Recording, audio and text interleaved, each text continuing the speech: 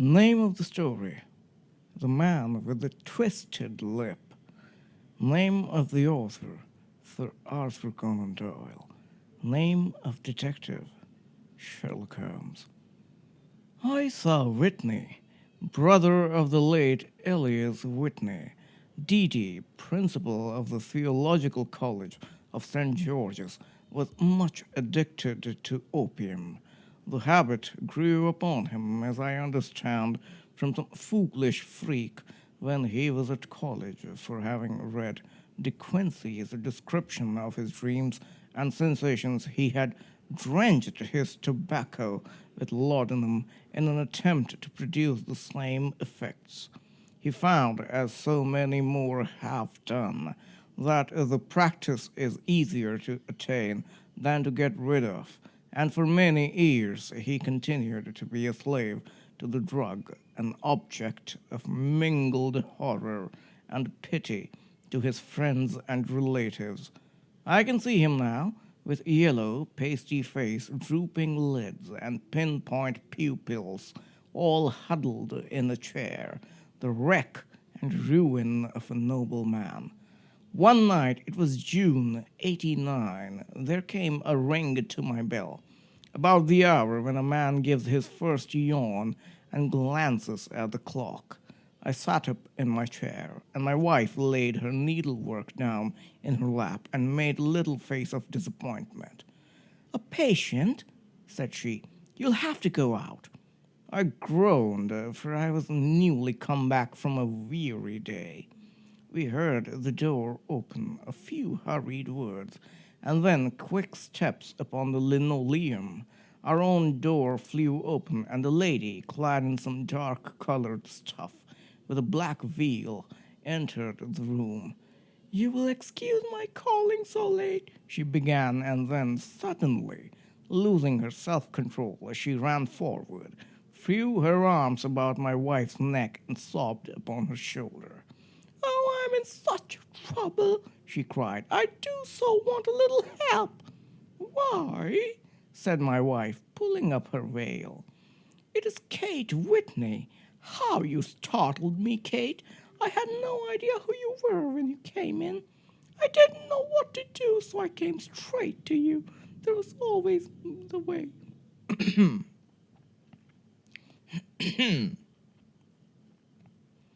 That was always the way. Folk who were in grief came to my wife like birds to a lighthouse. "It was very sweet of you to come, and now you must have some wine." "It was very sweet of you to come. Now you must have some wine and water, and sit here comfortably, and tell us all about it. I should you rather that I sent James off to bed?" "Oh, no. I want the doctor's advice, and help too. It's what I saw. He has not been home for 2 days. I'm so frightened about him." It was not the first time that she had spoken to us of her husband's trouble, to me as a doctor, to my wife as an old friend and school companion. We soothed and comforted her by such words as we could find. Did she know where her husband was? Was it possible that we could bring him back to her? It seems that it was.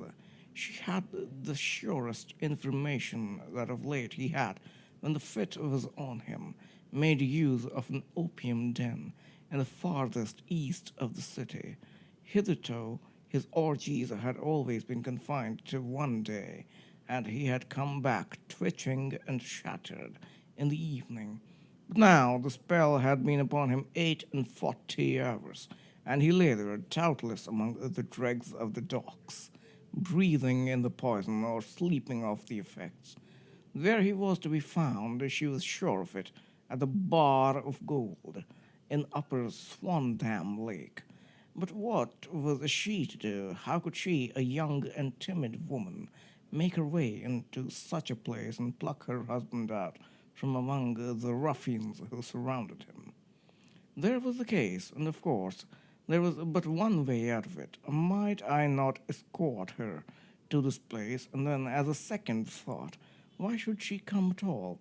I was Isa Whitney's medical adviser, and as such I had influence over him. I could manage it better if I were alone. I promised her on my word that I would send him home in a cab within 2 hours if he were indeed at the address which she had given to me. And so in 10 minutes I had left my armchair and cheering sitting room behind me, and was speeding eastward in a hansom on a strange errand, as it seemed to me at the time, though the future only could show how strange it was to be. But there was no great difficulty in the first stage of my adventure. Upper Swandam Lane is a vile alley lurking behind the high wharfs, which line the north side of the river to the east of London Bridge, between the slop shop and the gin shop, approached by a steep flight of steps leading down to a black gap like the mouth of a cave. I found the den of which I was in search. Ordering my cab to wait, I passed down the steps, worn hollow in the center by the ceaseless tread of drunken feet, and by the light of a flickering oil lamp above the door. I found the latch and made my way into a long, low room, thick and heavy, with brown opium smoke and terraced with wooden berths, like the forecastle of an emigrant ship. Through the gloom, one could dimly catch a glimpse of bodies lying in strange, fantastic poses, bowed shoulders, bent knees, heads thrown back, and chins pointing upward, with here and there a dark, lackluster eye turned upon the newcomer. Out of the black shadows there glimmered little red circles of light, now bright and now faint, as the burning poison waxed or waned in the bowls of the metal pipes. The most lay silent, but some muttered to themselves, and others talked together in a strange, low, monotonous voice, their conversation coming in gushes and then suddenly tailing off into silence, each mumbling out his own thoughts and paying little heed to the words of his neighbor. At the farther end was a small brazier of burning charcoal, beside which on a three-legged wooden stool there sat a tall, thin old man with his jaw resting upon his two fists and his elbows upon his knees, staring into the fire. As I entered, a sallow Malay attendant had hurried up with a pipe for me and a supply of the drug, beckoning me to an empty berth. "Thank you, I have not come to stay," said I. "There is a friend of mine here, Mr. Isa Whitney, and I wish to speak with him." There was a movement and an exclamation from my right, and peering through the gloom I saw Whitney, pale, haggard, and unkempt, staring out at me. "My God, it's Watson," said he. He was in a pitiable state of reaction, with every nerve in a twitter. "I say, Watson, what o'clock is it?" "Nearly 11. "Of what day?" "A Friday, June 19th. "Good heavens! I thought it was Wednesday." "It is Wednesday. What do you want to fry in a chap for?" He sank his face onto his arms and began to sob in a high treble key. "I tell you that it's Friday, man. Your wife has been waiting this 2 days for you. You should be ashamed of yourself." "So I am, but you've got mixed, Watson, for I have only been here a few hours. 3 pipes, 4 pipes, I forget how many. But I'll go home with you. I wouldn't frighten Kate. Poor little Kate. Give me your hand. I have your cab." "Yes, I have one waiting." "Then I shall go in it. But I must owe something. Find what I owe, Watson. I'm all off color. I can do nothing for myself." I walked down the narrow passage between the double row of sleepers, holding my breath to keep out the vile, stupefying fumes of the drug, and looking about for the manager. As I passed the tall man who sat by the brazier, I felt a sudden pluck at my skirt, and a low voice whispered, "Walk past me, and then look back at me." The words fell quite distinctly upon my ear. They could only have come from the old man at my side, and yet he sat now as absorbed as ever, very thin, very wrinkled, bent with age, an opium pipe dangling down from between his knees as though it had dropped in sheer lassitude from his fingers. I took 2 steps forward and looked back. It took all my self-control to prevent me from breaking out into a cry of astonishment. He had turned his back so that none could see him but I. His form had filled out, his wrinkles were gone, the dull eyes had regained their fire, and there, sitting by the fire and grinning at my surprise, was none other than Sherlock Holmes. He made a slight motion to me to approach him, and instantly, as he turned his face half round to the company once more, subsided into a tottering, loose-lipped senility.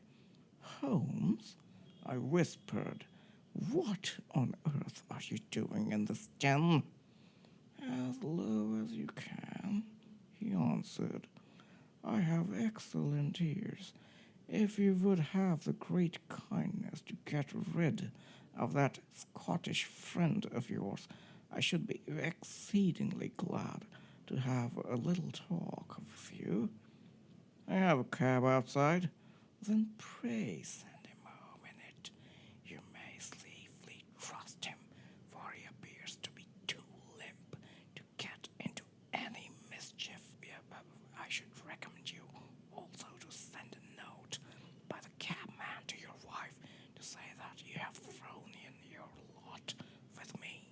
If you will wait outside, I shall be with you in 5 minutes." It was difficult to refuse any of Sherlock Holmes' requests, for they were always so exceedingly definite and put forward with such a quiet air of mastery. I felt, however, that when Whitney was once confined in the cab, my mission was practically accomplished, and for the rest, I could not wish anything better than to be associated with my friend in one of those singular adventures which were the normal condition of his existence.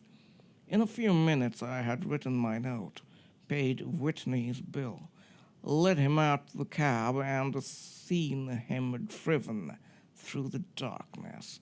In a very short time a decrepit figure had emerged from the opium den, and I was walking down the street with Sherlock Holmes. For 2 streets he shuffled along with a bent back and an uncertain foot.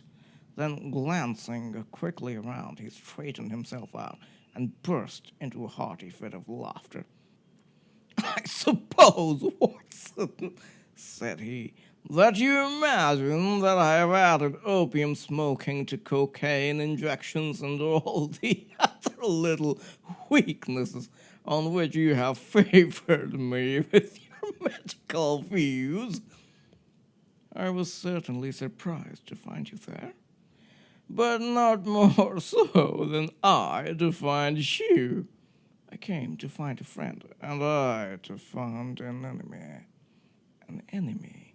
"Yes, one of my natural enemies, or shall I say my natural prey. Briefly, Watson, I am in the midst of a very remarkable inquiry, and I have hoped to find a clue in the incoherent ramblings of these sorts. As I have done before now, had I been recognized in that den, my life would not have been worth an hour's purchase. For I have used it before now for my own purposes, and the rascally lascar who runs it has sworn to have vengeance upon me. There is a trapdoor at the back of that building near the corner of Paul's Wharf. which could tell some strange tales of what has passed through it upon the moonless nights. What? You do not mean bodies? Aye, bodies, Watson. We should be rich men if we had £1,000 for every poor devil who has been done to death in that den. It is the vilest murder trap on the whole riverside, and I fear that Neville St. Clair has entered it never to leave it more. But our trap should be... He put his 2 forefingers between his teeth and whistled shrilly, a signal which was answered by a similar whistle from the distance, followed shortly by the rattle of wheels and the clink of horses' hoofs. "Now, Watson," said Holmes, as the tall dog-cart dashed up through the gloom, throwing out 2 golden tunnels of yellow light from its side lanterns. "You'll come with me, won't you?" "If I can be of use." "Oh, a trusty comrade is always of use, and a chronicler still more so. My room at the Cedars is a double-bedded one." "The Cedars?" "Yes, that is Mr. St. Clair's house. I'm staying there while I conduct the inquiry." "Where is it, then?" "Near Lee, in Kent. We have a 7-mile drive before us." "But I'm all in the dark." "Of course you are. You'll know all about it presently. Jump up here." "All right, John. We shall not need you. Here's £5. Look out for me tomorrow about 11. Give her her head. So long, then." He flicked the horse with his whip, and we dashed away through the endless succession of sombre and deserted streets which widened gradually until we were flying across a broad, balustraded bridge with the murky river flowing sluggishly beneath us. Beyond lay another dull wilderness of bricks and mortar, its silence broken only by the heavy, regular footfall of the policeman or the songs and shouts of some belated party of revelers. A dull rack was drifting slowly across the sky, and a star or 2 twinkled dimly here and there through the rifts of the clouds. Holmes drove in silence, with his head sunk upon his breast, and the air of a man who is lost in thought, while I sat beside him, curious to learn what this new quest might be which seemed to tax his powers so sorely, and yet afraid to break in upon the current of his thoughts. We had driven several miles, and were beginning to get to the fringe of the belt of suburban villas when he shook himself, shrugged his shoulders, and lipped up his pipe with the air of a man who has satisfied himself that he is acting for the best. "You have a grand gift of silence, Watson," said he. "It makes you quite invaluable as a companion.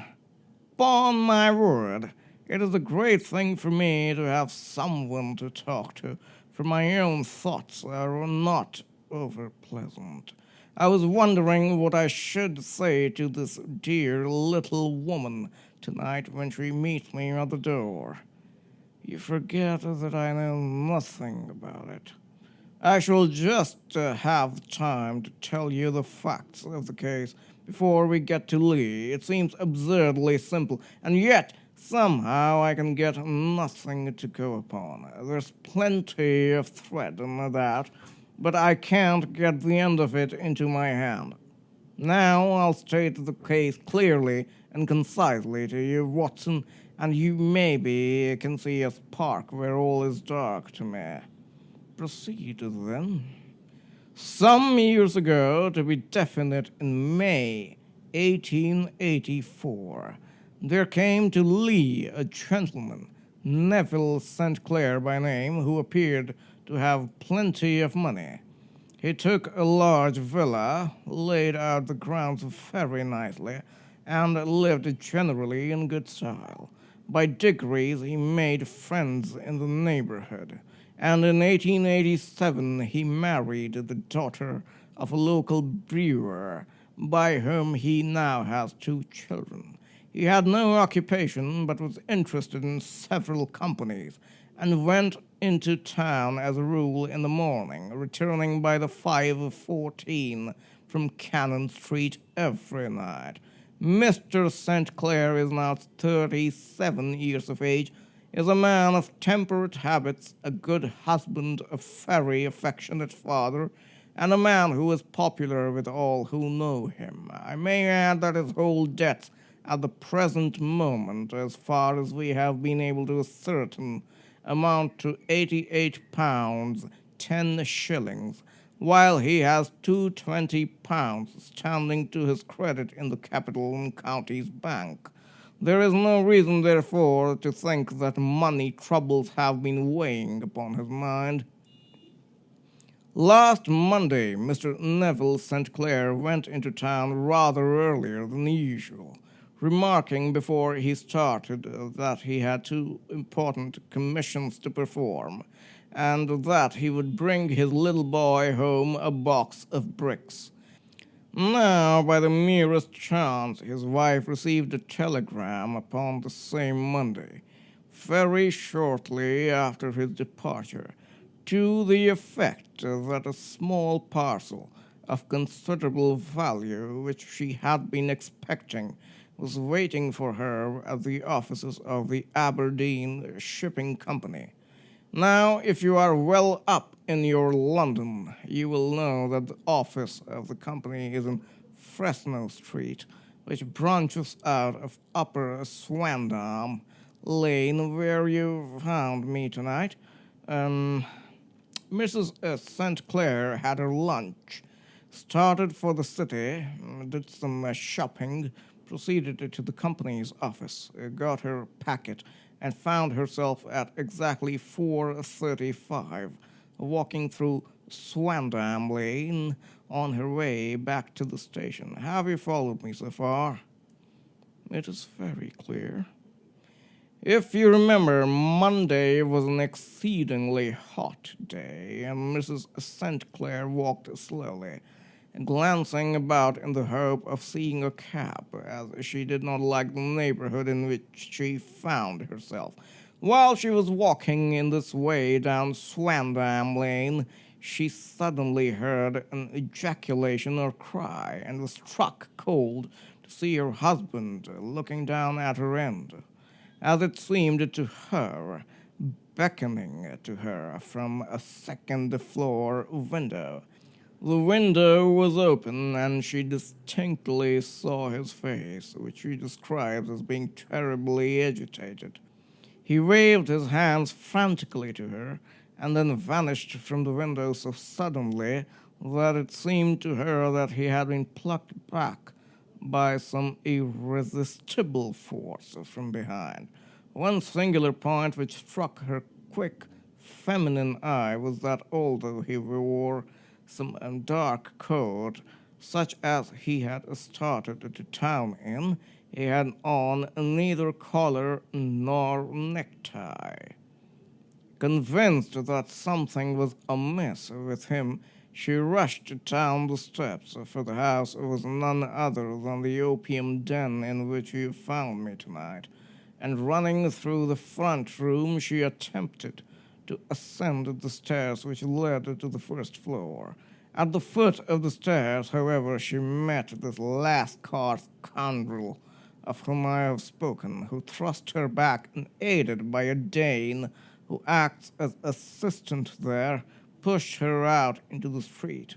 Filled with the most maddening doubts and fears, she rushed down the lane and, by rare good fortune, met in Fresno Street a number of constables with an inspector, all on their way to the beat. The inspector and 2 men accompanied her back, and in spite of the continued resistance of the proprietor, they made their way to the room in which Mr. St. Clair had last been seen. There was no sign of him there. In fact, in the whole of that floor there was no one to be found save a crippled wretch of hideous aspect, who, it seems, made his home there. Both he and the Lascar stoutly swore that no one else had been in the front room during the afternoon.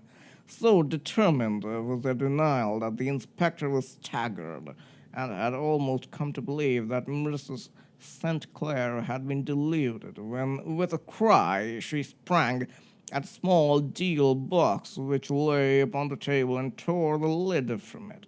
Out there fell a cascade of children's bricks. It was the toy which he had promised to bring home. This discovery and the evident confusion which the cripple showed made the inspector realize that the matter was serious. The rooms were carefully examined, and the results all pointed to an abominable crime. The front room was plainly furnished as a sitting room, and led into a small bedroom which looked out upon the back of one of the wharves. Between the wharf and the bedroom window is a narrow strip which is dry at low tide but is covered at high tide with at least 4.5 feet of water. The bedroom window was a broad one and opened from below. On examination, traces of blood were to be seen upon the window-sill, and several scattered drops were visible upon the wooden floor of the bedroom. Thrust away behind the curtain in the front room were all the clothes of Mr. Neville St. Clair, with the exception of his coat. His boots, his socks, his hat, and his watch, all were there. There were no signs of violence upon any of these garments, and there were no other traces of Mr. Neville St. Clair. Out of the window he must apparently have gone, for no other exit could be discovered, and the ominous bloodstains upon the sill gave little promise that he could save himself by swimming, for the tide was at its very highest at the moment of the tragedy. And now as to the villains who seemed to be immediately implicated in the matter. The Lascar was known to be a man of the vilest antecedents, but as by Mrs. St. Clair's story he was known to have been at the foot of the stair within a very few seconds of her husband's appearance at the window, he could hardly have been more than an accessory to the crime. His defense was one of absolute ignorance, and he protested that he had no knowledge as to the doings of Hugh Boone, his lodger, and that he could not account in any way for the presence of the missing gentleman's clothes. So far for the Lascar manager. Now for the sinister cripple who lives upon the second floor of the opium den, and who was certainly the last human being whose eyes rested upon Neville St. Clair. His name is Hugh Boone, and his hideous face is one which is familiar to every man who goes much to the city. He is a professional beggar, though in order to avoid the police regulations he pretends to a small trade in walks of festas. Some little distance down Threadneedle Street, upon the left-hand side, there is, as you may have remarked, a small angle in the wall. Here it is that this creature takes his daily seat, cross-legged with his tiny stock of matches on his lap, and as he is a piteous spectacle, a small rain of charity descends into the greasy leather cap which lies upon the pavement beside him. I have watched the fellow more than once before ever I thought of making his professional acquaintance, and I have been surprised at the harvest which he has reaped in a short time. His appearance, you see, is so remarkable that no one can pass him without observing him. A shock of orange hair, a pale face disfigured by a horrible scar, which by its contraction has turned up the outer edge of his upper lip, a bulldog chin, and a pair of very penetrating dark eyes which present a singular contrast to the color of his hair. All mark him out from amid the common crowd of mendicants, and so, too, does his wit, for he is ever ready with a reply to any piece of chaff which may be thrown at him by the passers-by. This is the man whom we now learn to have been the lodger at the opium den, and to have been the last man to see the gentleman of whom we are in quest. But a cripple, said I. What could he have done single-handed against a man in the prime of life? He is a cripple in the sense that he walks with a limp, but in other respects he appears to be a powerful and well-nurtured man. Surely your medical experience would tell you, Watson, that weakness in one limb is often compensated for by exceptional strength in the others. Pray continue your narrative. Mrs. St. Clair had fainted at the sight of the blood upon the window, and she was escorted home in a cab by the police, as her presence could be of no help to them in their investigations. Inspector Barton, who had charge of the case, made a very careful examination of the premises, but without finding anything which threw any light upon the matter. One mistake had been made in not arresting Boone instantly, as he was allowed some few minutes during which he might have communicated with his friend the Lascar. But this fault was soon remedied, and he was seized and searched, without anything being found which could incriminate him.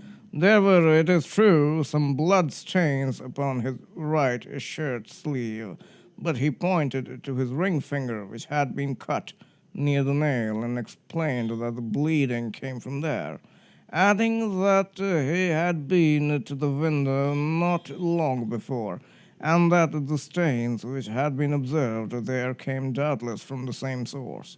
He denied strenuously having ever seen Mr. Neville St. Clair, and swore that the presence of the clothes in his room was as much a mystery to him as to the police. As to Mrs. St. Clair's assertion that she had actually seen her husband at the window, he declared that she must have been either mad or dreaming. He was removed, loudly protesting, to the police station, while the inspector remained upon the premises in the hope that the ebbing tide might afford some fresh clue. And it did, though they hardly found upon the mudbank what they had feared to find. It was Neville St. Clair's coat, and not Neville St. Clair, which lay uncovered as the tide receded. And what do you think they found in the pockets? I cannot imagine. No, I don't think you would guess. Every pocket is stuffed with pennies and half pennies. 421 pennies and 270 half pennies. It was no wonder that it had not been swept away by the tide. But a human body is a different matter. There is a fierce eddy between the wharf and the house. It seemed likely enough that the weighted coat had remained when the stripped body had been sucked away into the river. But I understand that all the other clothes were found in the room. Would the body be dressed in the coat alone? No, sir, but the facts might be met speciously enough. Suppose that this man Boone had thrust Neville St. Clair through the window. There is no human eye which could have seen the deed. What would he do then? It would, of course, instantly strike him that he must get rid of the telltale garments. He would seize the coat then and be in the act of throwing it out, when it would occur to him that it would swim and not sink. He has little time, for he has heard the scuffle downstairs when the wife tried to force her way up, and perhaps he has already heard from his last car confederate that the police are hurrying up the street. There is not an instant to be lost.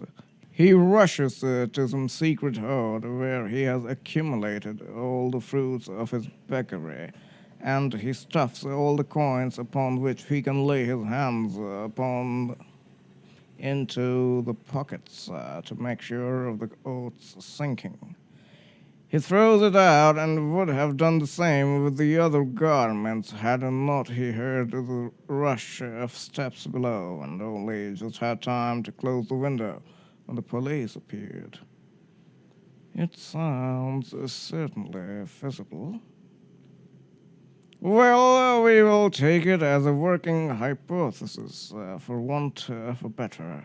Boone, as I have told you, was arrested and taken to the station, but it could not be shown that there had ever before been anything against him. He had for years been known as a professional beggar, but his life appeared to have been a very quiet and innocent one. There the matter stands at present, and the questions which have to be solved. What Neville St. Clair was doing in the opium den, what happened to him when there, where is he now, and what Hugh Boone had to do with his disappearance, are all as far from a solution as ever. I confess that I cannot recall any case within my experience which looked at the first glance so simple, and yet which presented such difficulties. While Sherlock Holmes had been detailing this singular series of events, we had been whirling through the outskirts of the great town until the last straggling houses had been left behind, and we rattled along with a country hedge upon either side of us. Just as he finished, however, we drove through two scattered villages, where a few lights still glimmered in the windows. "We are on the outskirts of Lee," said my companion. "We have touched on 3 English counties in our short drive, starting in Middlesex, passing over an angle of Surrey, and ending in Kent.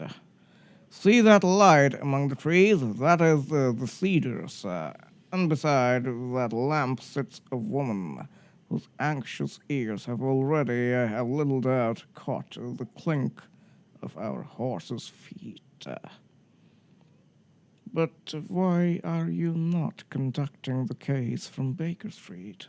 I asked.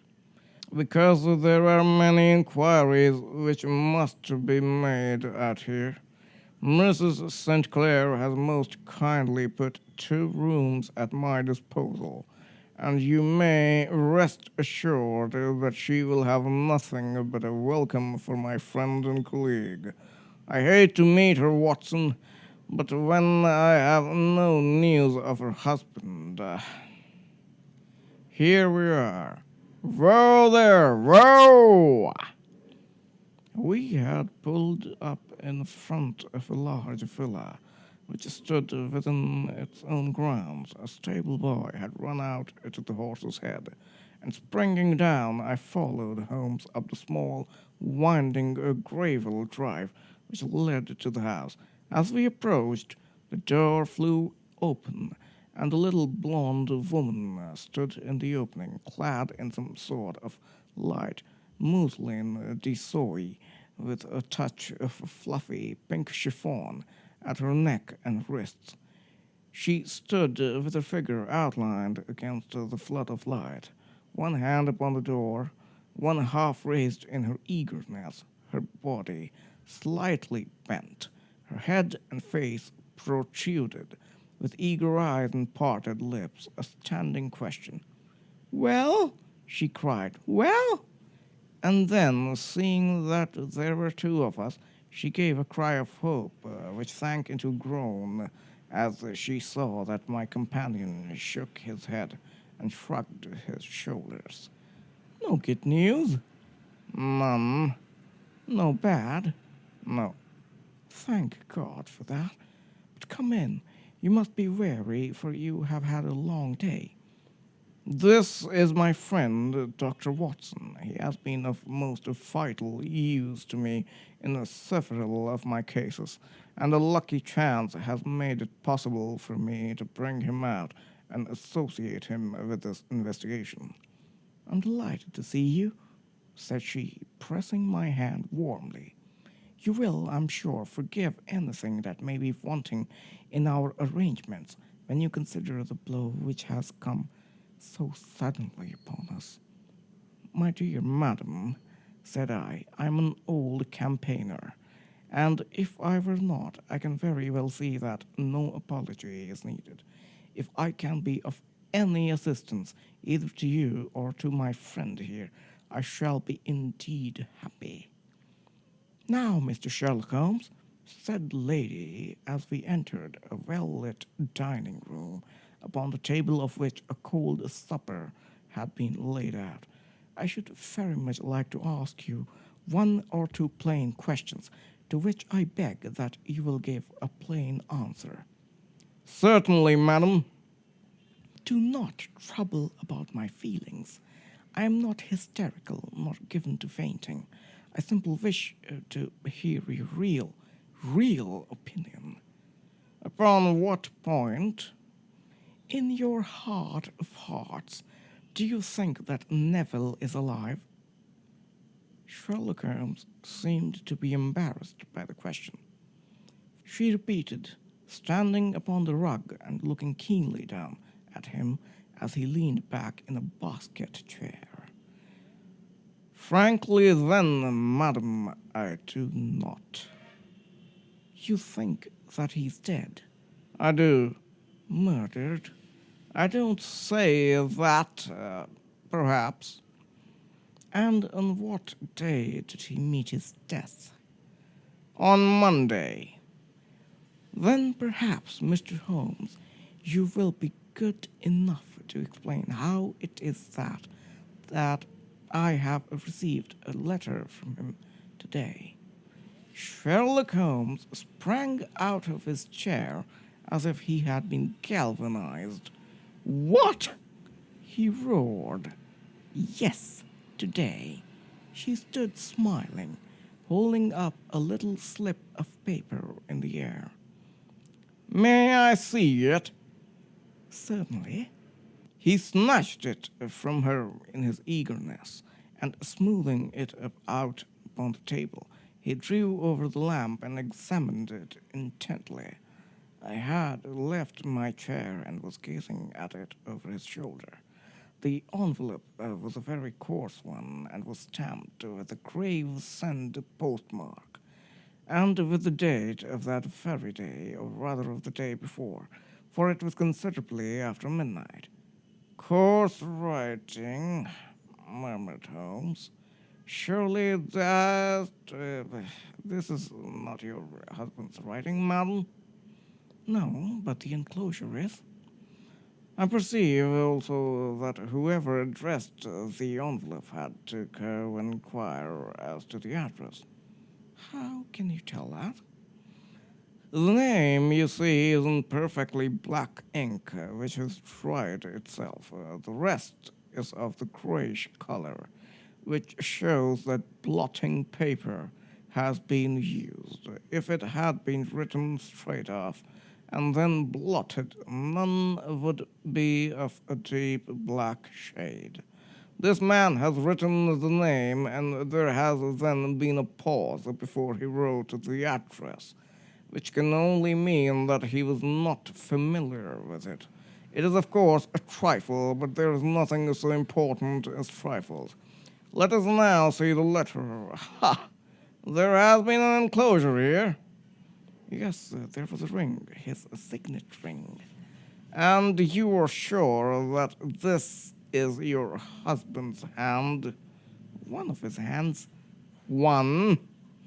His hand when he wrote hurriedly It is very unlike his usual writing, and yet I know it well. Dearest, do not be frightened. All will come well. There is a huge error, which it may take some little time to rectify. Wait in patience, Neville. Written in pencil upon the fly leaf of a book, octavo size, no watermark. Posted today in Gravesend by a man with a dirty thumb. And the flap has been gummed, if I am not very much in error, by a person who had been chewing tobacco. And you have no doubt that it is your husband's hand, madam? None. Neville wrote those words. And they were posted today at Gravesend. Well, Mrs. St. Clair, the clouds lighten, though I should not venture to say that the danger is over. But he must be alive, Mr. Holmes. Unless this is a clever forgery to put us on the wrong scent. The ring, after all, proves nothing. It may have been taken from him. No. It is his very own writing. Very well. It may, however, have been written on Monday and only posted today. That is possible. If so, much may have happened between. Oh, you must not discourage me, Mr. Holmes. I know that all is well with him. There is so keen a sympathy between us that I should know if evil came upon him. On the very day that I saw him last, he cut himself in the bedroom, and yet I, in the dining-room, rushed upstairs instantly with the utmost certainty that something had happened. Do you know that I would respond to such a trifle and yet be ignorant of his death? I have seen too much not to know that the impression of a woman may be more valuable than the conclusion of an analytical reasoner. And in this letter you certainly have a very strong piece of evidence to corroborate your view. But if your husband is alive and able to write letters, why should he remain away from you? I cannot imagine. It is unthinkable. And on Monday he made no remarks before leaving you? No. And you were surprised to see him in Swandam Lane? Very much so. Was the window open? Yes. Then he might have called to you.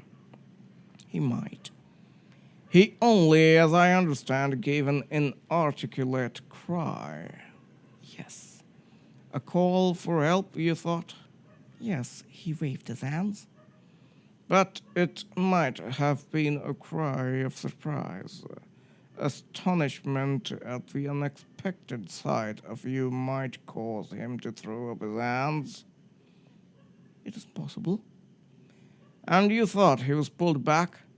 He disappeared so suddenly. He might have leaped back.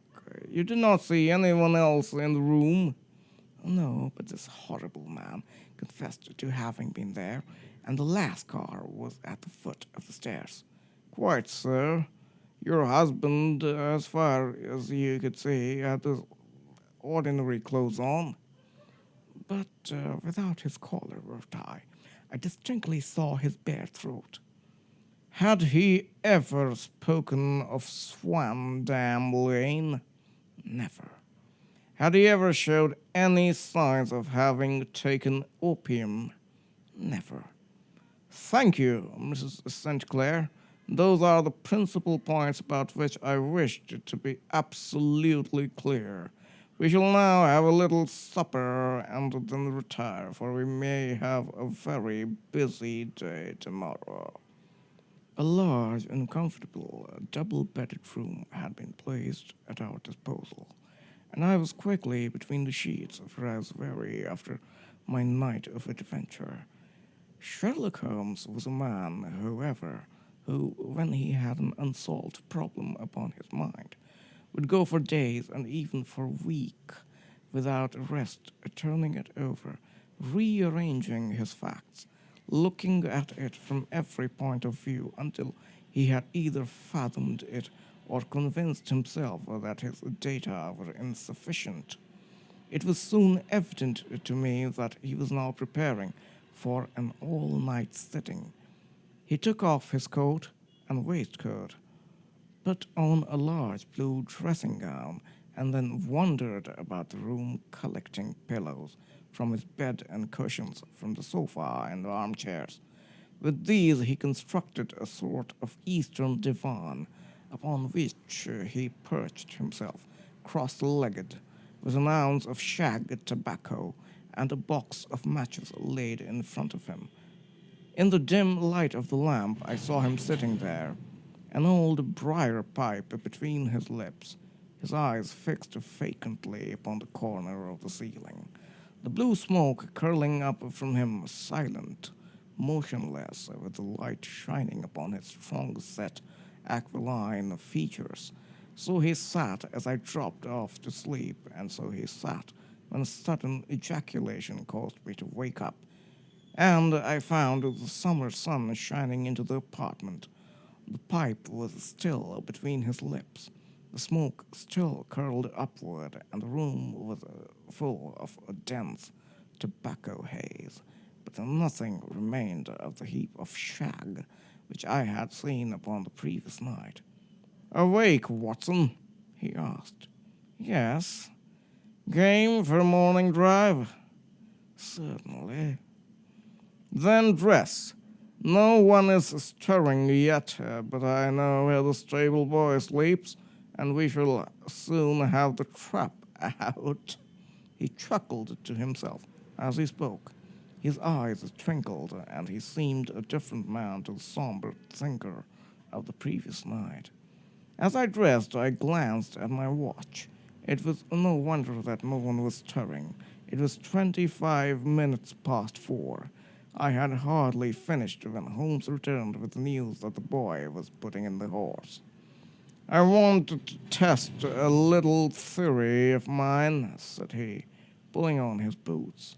"I think, Watson, that you are now standing in the presence of one of the most absolute fools in Europe. I deserve to be kicked from here to Charing Cross, but I think I have the key of the affair now." "And where is it?" I asked, smiling. "In the bathroom," he answered. "Oh, yes, I'm not joking," he continued, seeing my look of incredulity. "I have just been there, and I have taken it out, and I have got it in this Gladstone bag. Come on, my boy, and we shall see whether it will not fit the lock." We made our way downstairs as quietly as possible, and out into the bright morning sunshine. In the road stood our horse and trap, with the half-clad stable-boy waiting at the head. We both sprang in, and away we dashed down the London road. A few country carts were stirring, bearing in vegetables to the metropolis, but the lines of villas on either side were as silent and lifeless as some city in a dream. "It has been in some points a singular case," said Holmes, flicking the horse on into a gallop. "I confess that I have been as blind as a mole, but it is better to learn wisdom late than never to learn it at all." In town, the earliest risers were just beginning to look sleepily from their windows as we drove through the streets of the Surrey side. Passing down the Waterloo Bridge Road, we crossed over the river, and dashing down up Wellington Street, wheeled sharply to the right and found ourselves in Bow Street.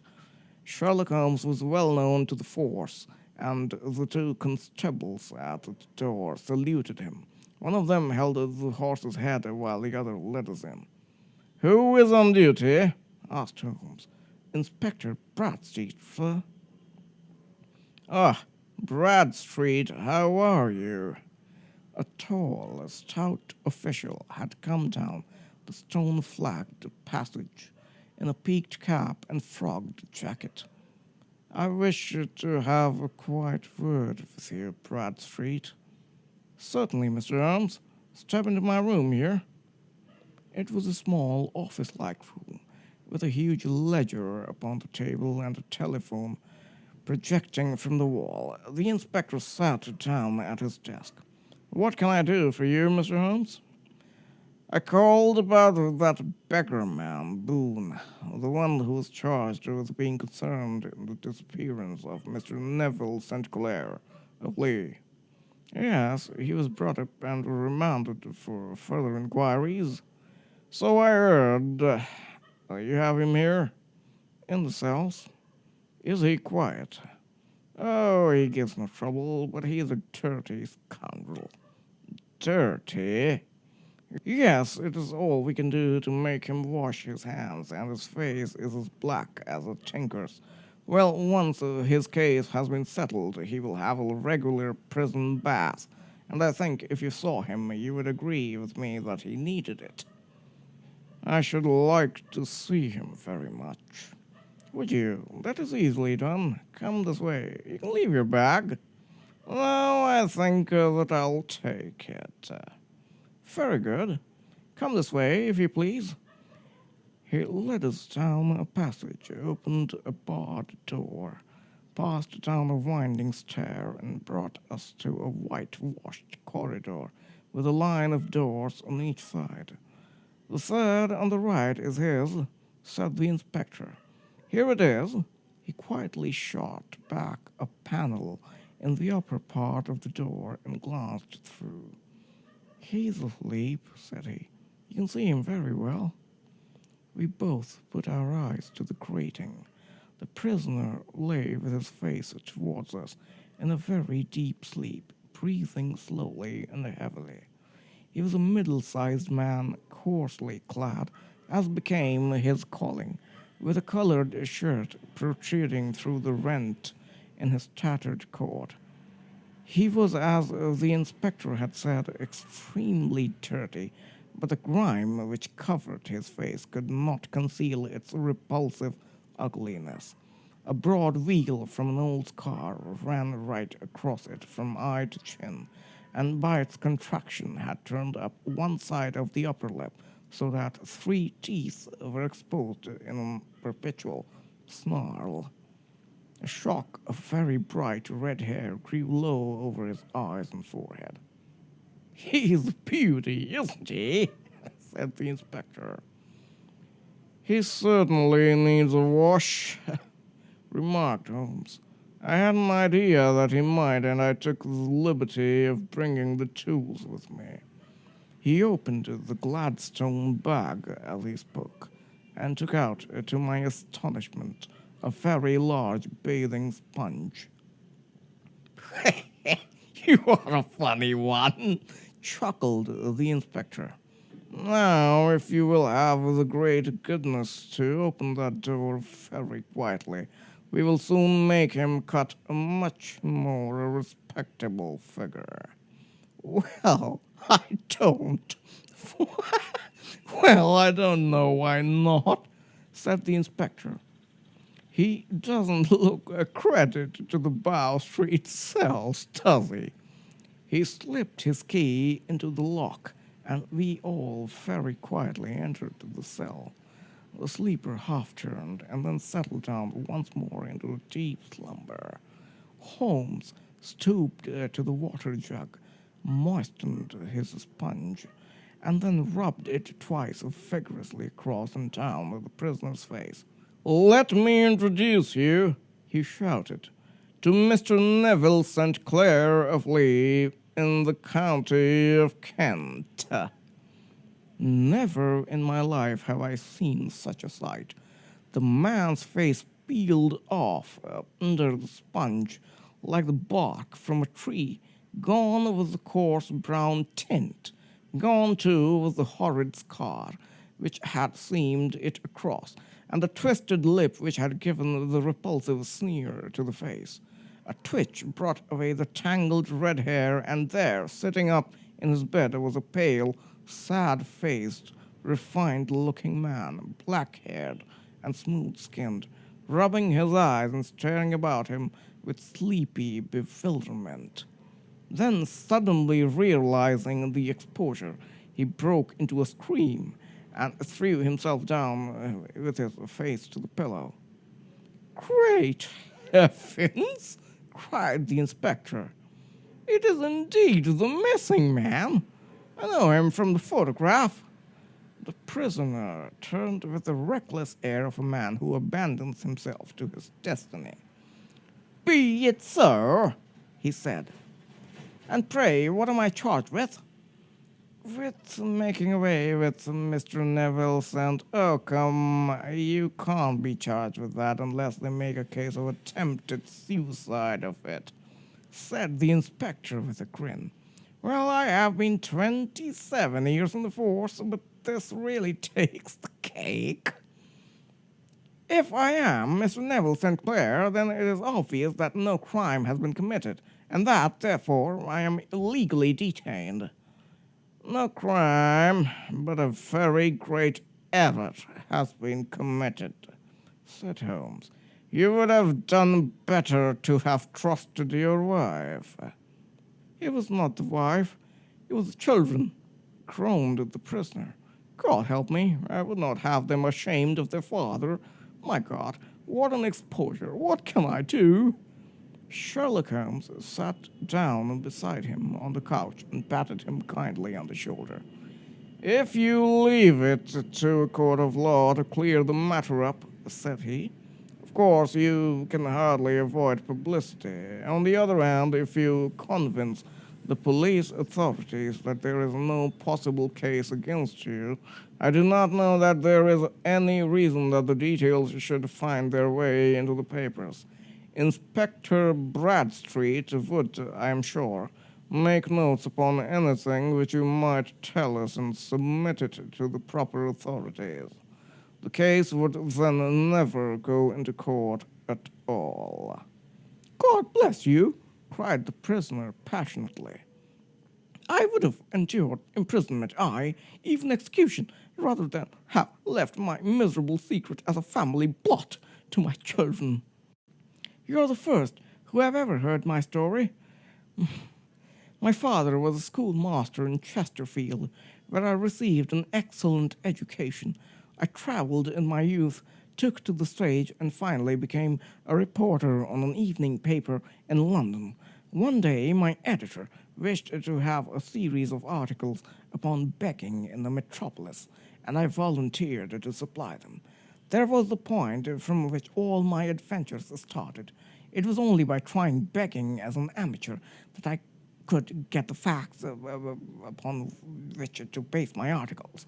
When an actor, I had, of course, learned all the secrets of making up and had been famous in the green room for my skill. I took advantage now of my attainments. I painted my face, and to make myself as pitiable as possible, I made a good scar and fixed one side of my lip in a twist by the aid of a small slip of flesh-colored plaster. Then, with the red head of hair and an appropriate dress, I took my station in the business part of the city, ostensibly as a match seller, but really as a beggar. For 7 hours I plied my trade, and when I returned home in the evening, I found to my surprise that I had received no less than 26 shillings and 4 dimes. I wrote my articles and thought a little more of the matter until some time later I backed a bill for a friend and had a writ served upon me for £25. I was at my wits' end where to get the money, but a sudden idea came to me. I begged a fortnight's grace from the creditor, asked for a holiday from my employers, and spent the time begging in the city under my disguise. In 10 days I had the money and had paid the debt. Well, you can imagine how hard it was to settle down to arduous work at £2 a week when I knew that I could earn as much in a day by smearing my face with a little paint, laying my cap on the ground, and sitting still. It was a long fight between my pride and the money, but the dollars won at last, and I threw up reporting and sat day after day in the corner which I had first chosen, inspiring pity by my ghastly face and filling my pockets with coppers. Only one man knew my secret. He was the keeper of the low den in which I used to lodge in Swandam Lane, where I could every morning emerge as a squalid beggar, and in the evenings transform myself into a well-dressed man about town. This fellow, a Lascar, was well paid by me for his rooms, so that I knew that my secret was safe in his possession. Well, very soon I found that I was saving considerable sums of money. I do not mean that any beggar in the streets of London could earn £700 a year, which is less than my average takings, but I had exceptional advantages in my power of making up and also in the facility of repartee, which improved by practice and made me quite a recognized character in the city. All day a stream of pennies, ferried by silver, poured in upon me, and it was a very bad day in which I failed to take £2. As I grew richer, I grew more ambitious, took a house in the country, and eventually married, without anyone having a suspicion as to my real occupation. My dear wife knew that I had business in the city. She little knew what. Last Monday I had finished for the day, and I was dressing in my room above the opium den, when I looked out of my window and saw, to my horror and astonishment, that my wife was standing in the street, with her eyes fixed full upon me. I gave a cry of surprise, threw up my arms to cover my face, and rushing to my confidant, the Lascar, entreated him to prevent anyone from coming up to me. I heard her voice downstairs, but I knew that she could not ascend. Swiftly I threw off my clothes, pulled on those of a beggar, and put on my pigments and a wig. Even a wife's eyes could not pierce so complete a disguise. But then it occurred to me that there might be a search in the room, and that the clothes might betray me. I threw open the window, reopening by my violence a small cut which I had inflicted upon myself in the bedroom that morning. Then I seized my coat, which was weighted by the coppers which I had just transferred to it from the leather bag in which I carried my takings. I hurled it out of the window, and it disappeared into the Thames. The other clothes would have followed, but at that moment there was a rush of constables up the stair, and a few minutes after I found, rather I confess to my relief, that instead of being identified as Mr. Neville St. Clair, I was arrested as his murderer. I do not know that there is anything else for me to explain. I was determined to preserve my disguise as long as possible, and hence my preference for a dirty face. Knowing that my wife would be terribly anxious, I slipped off my ring and confided it to the Lascar at a moment when no constable was watching me, together with a hurried scrawl telling her that she had no cause to fear. "That note only reached her yesterday," said Holmes. "Good God, what a week she must have spent!" "The police have watched the Lascar," said Inspector Bradstreet, "and I can quite understand that he might find it difficult to post a letter unobserved. Probably he handed it to some sailor customer of his who forgot all about it for some days." "That was it," said Holmes, nodding approvingly. "I have no doubt of it, but have you never been prosecuted for begging?" "Many times, but what was a fine to me?" "It must stop here, however," said Bradstreet. "If the police are to hush this thing up, there must be no more of Hugh Boone." "I have sworn it by the most solemn oath which a man can take."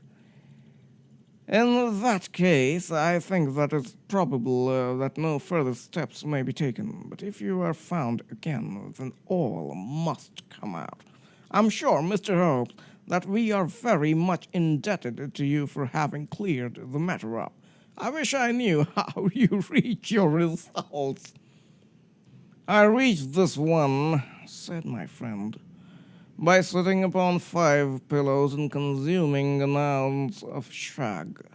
I think, Watson, that if we drive to Baker Street, we shall just be in time for breakfast." Thank you for listening.